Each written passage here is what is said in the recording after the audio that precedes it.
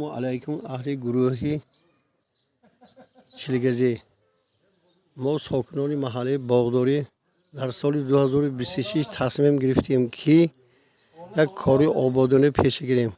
این کوچه باغداری که سالهای زیاد اسفند نشده است بخشیده به 35 سالگی استقلال دولتی جمهوری تاجیکستان با یاری شما عزیز، با یاری کمک پدر و مادران حرکت کرده ایستادیم که همین کوچه رو اسفالت پوش نماییم. از هر یک شما احترامان خواهش می‌نمایم که برای آبادی محله، کوچه، مکتب که چیزی که تونه حصه گذارد در راه خدا سلامت و سربلند باشید. میشه؟ برادران سلام علیکم. یک بار دیگه برادر جانو همین یک دستگیری کنتم یکسوم پرتم بچه خودمان مکتب میخونن. این آفشی درازی 160 متر برادران.